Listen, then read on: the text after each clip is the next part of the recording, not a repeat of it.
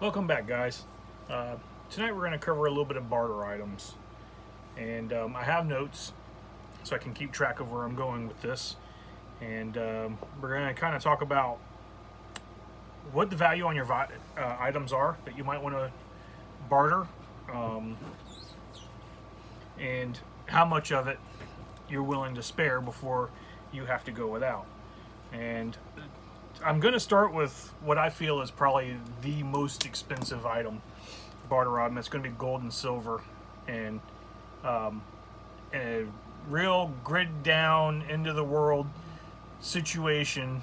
We're talking EMP, nuclear war, survivable nuclear war, where there's no electricity and the grocery stores aren't there anymore, and you need to get food, you need to eat and feed your family. If you're preparing for this, you've already got food coming out of the ground, and you've already got food in stores and storage, so it's not going to be as blind panic as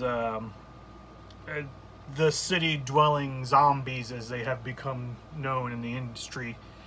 But starting with gold and silver, to me in the beginning and probably throughout most of a complete collapse or a complete, we'll use apocalypse for lack of a better word, if you have gold and silver, the value of that's going to be so high. What are you going to trade for it? Also, you're letting yourself be known that you have it.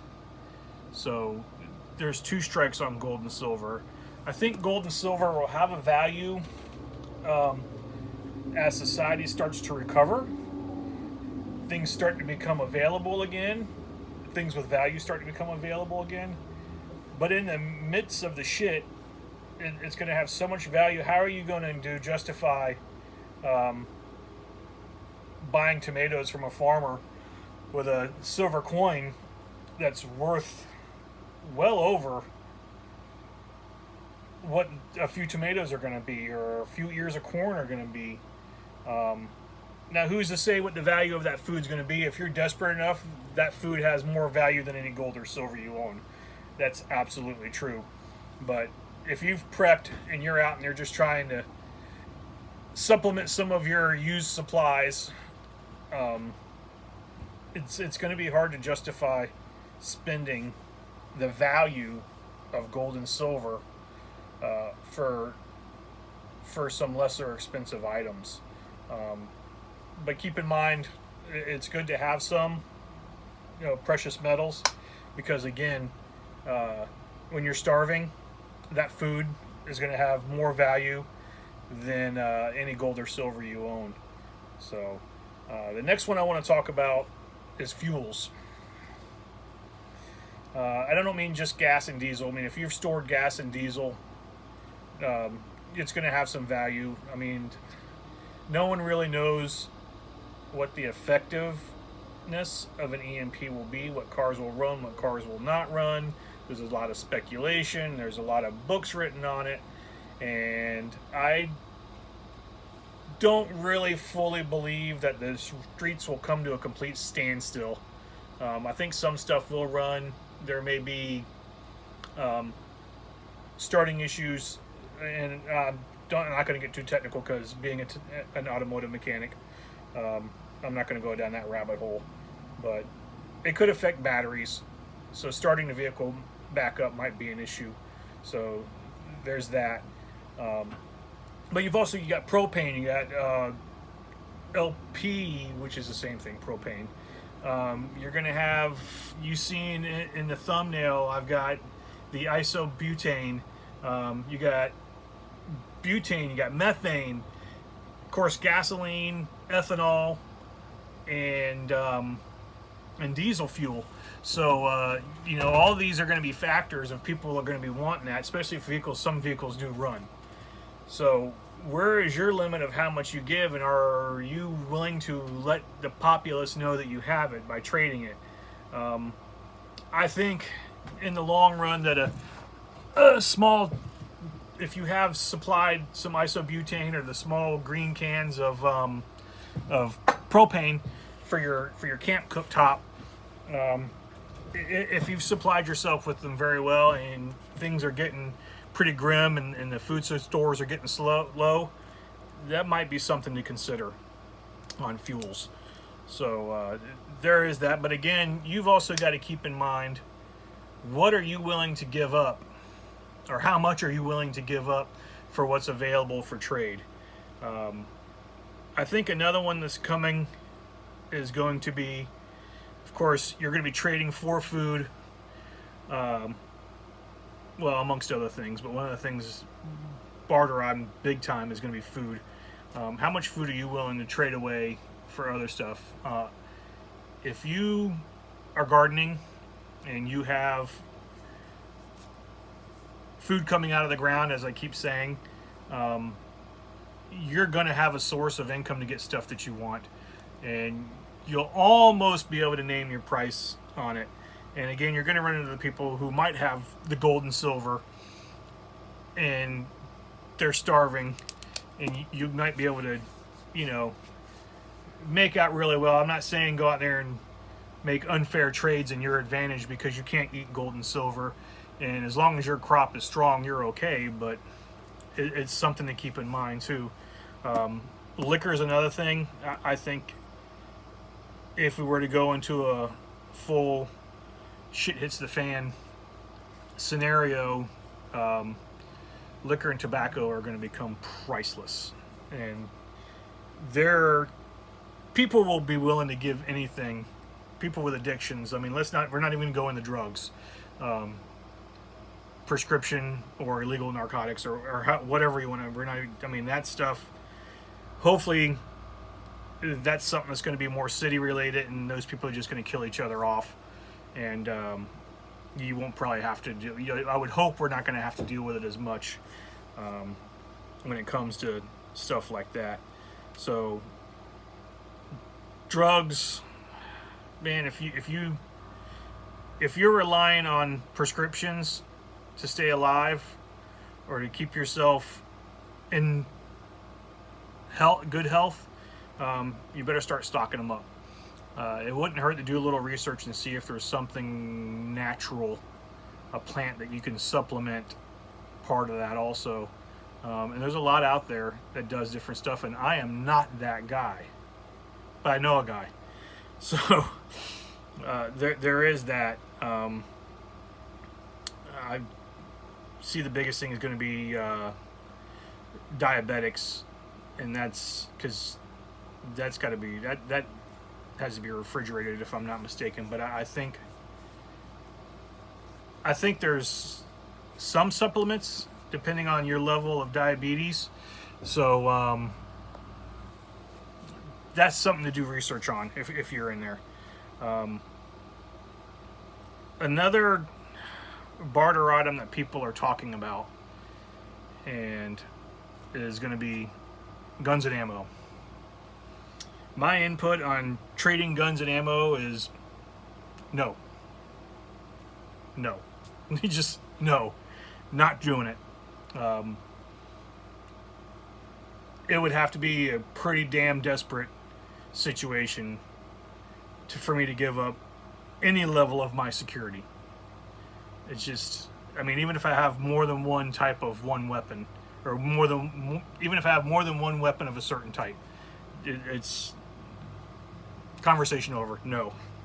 I think you're going to run into little stuff like hardware, screws, nails, nuts, bolts, car parts, plywood if you have some laying around, the stupid little angle brackets to make shelves so people can hang a outdoor shower. That stuff's going to be the invaluable stuff. That's where you're going to be able to trade your food for.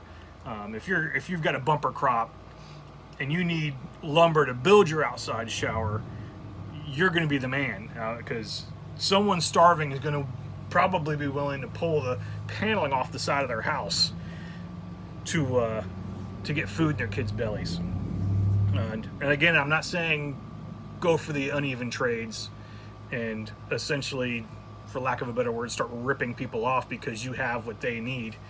But you also have to be careful. You need.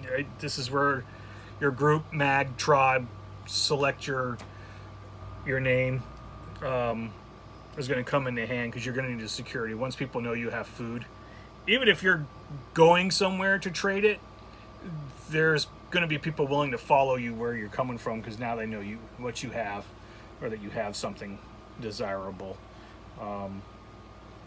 The next thing we're going to see is going to be labor. And labor is going to have different levels. And labor is labor. Labor is not labor. There's going to be forced labor.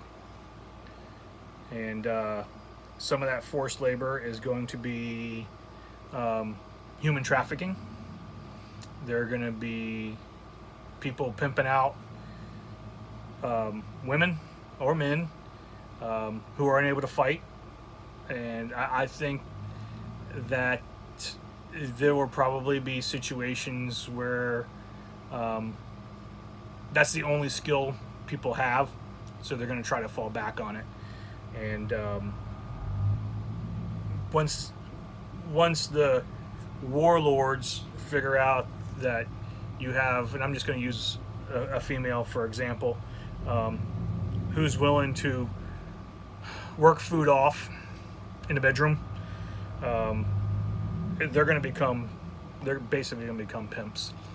And then once they realize the advantage to it, because just as much as alcohol and drugs are addicting, sex is too, and there's going to be perverts out there who are going to want the extreme, and there's going to be soulless people who are going to go as far as kidnapping. And it's not going to be, with no law, they're going to be running rampant. They're going to be, don't turn your back, they'll be kidnapping kids, they'll be kidnapping adults, wives, and I hate to keep saying that it's going to be women that are going to be prostituted out, but men are pigs, you know. Let's look at rape statistics. You know, how many men are raped compared to women? I'm not saying it don't happen, it happens, but look at the numbers don't lie. So I got a feeling that forced labor is going to be a thing. People are going to be forcing other humans to do their bidding in disgusting ways. And it's going to be a pretty sad sight because there's no law and order. So just some thoughts this evening on what's going on with bartering, in my opinion. I didn't cover everything. There's so much more stuff you can barter. There's so much more trading. There's going to be honest labor. There's going to be, my kids need to eat. Can I work in your garden for a day to get some ears of corn, beans, and tomatoes so I can feed my kids? And I think that's going to be huge. And it's the people who are going to be strong-backed and strong-minded enough to do that, so they're not taking their own valued goods out of their own house. It's going to be profitable, because then if you find someone who's reliable, who's consistently coming to help you, and paid in food to feed their family, once you observe from the outside and see how they work, you might have a potential another member, you know, and you could end up coming to the point where you're like, listen, why don't you bring your family and come over here, and you'll have our security. You can still work and have food. Make sure there's a meal, however your meal structure works in your group, every single day, whether it's 2 meals or 1 meal, or, I mean, there's going to be so many. We've all read all the books. We know how that goes. So labor is going to be huge. But know what your limits are, know what your worth is, and just go from there. Don't be the jerk going out there and trying to, I have food and you don't, so give me everything you got. And have your security team handy and trained. And right now is the time. Now is the time to start training, to start planning. and know what your group is capable of. Know what your group's limitations are. Know what the lines in the sand are for when it's time for your group to say it's time. This is where we're going. This is where we meet. This is how we're doing it. But right now is training time. It's starting to get stupid out there, as Bear would say, and you need to be getting your shit together. So on that note, all right, guys. Thanks. I've wasted enough of you guys' times. If you would, smash a thumber, and we'll see you out there.